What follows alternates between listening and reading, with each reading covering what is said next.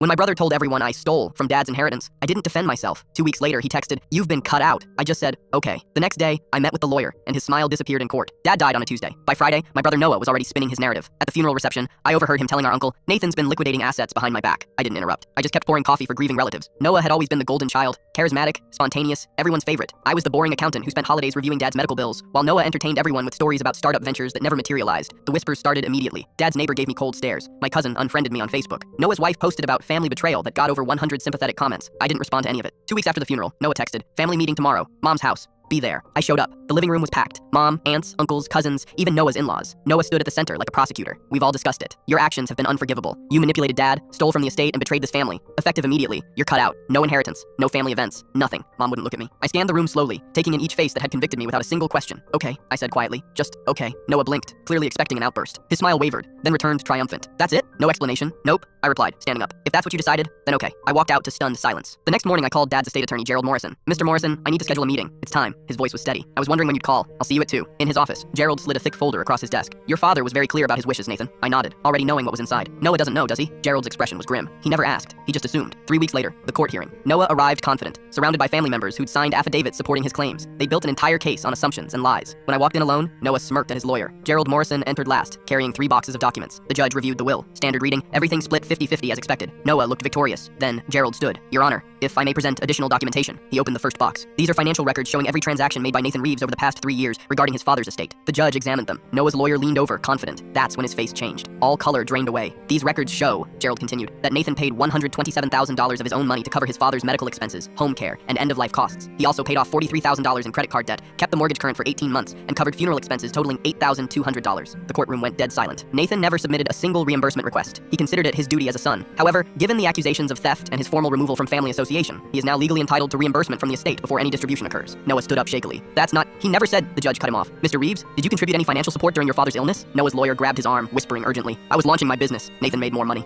You thought he'd just handle it," the judge said coldly. She turned to Gerald. "What's the total claim?" $178,200 plus interest and legal fees, approximately $203,000. Dad's estate was worth $410,000. After my reimbursement, that left roughly $207,000 to split. Noah would get half, $103,500. I'd get my half plus what I'd already paid, totaling over $281,000. Noah's triumphant smile had completely disappeared. His lawyer was packing his briefcase. The family members who'd come to watch my humiliation looked shocked and speechless. As we filed out, Noah grabbed my arm. "You could have just told me." I looked at him calmly. "You could have just asked. You spent 2 weeks telling everyone I was a thief. You cut me out without a single conversation." "I didn't know," he whispered. "Exactly," I said. "You didn't know, and you didn't care to find out. You just assumed the worst, and convinced everyone else to do the same." I walked away, leaving him standing in the courthouse hallway, finally understanding what his assumptions had cost him. Mom called that evening. "Why didn't you defend yourself?" "Because," I said, "people who truly know you don't need an explanation, and people who don't know you won't believe one anyway."